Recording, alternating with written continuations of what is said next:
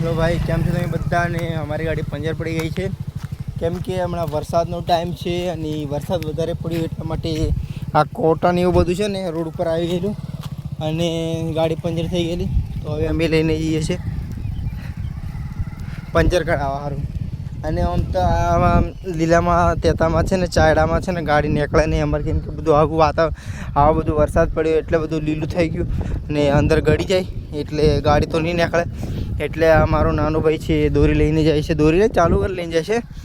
દોરી લઈને તો નહીં કામ લાગે કેમ કે મારી છે ને બધી પટ્ટી નીકળી ગઈ એમાં.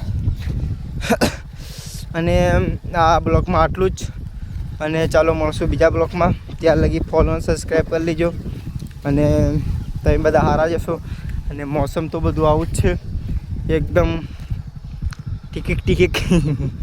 ચાલો બાય બાય, મળશું બીજા બ્લોકમાં.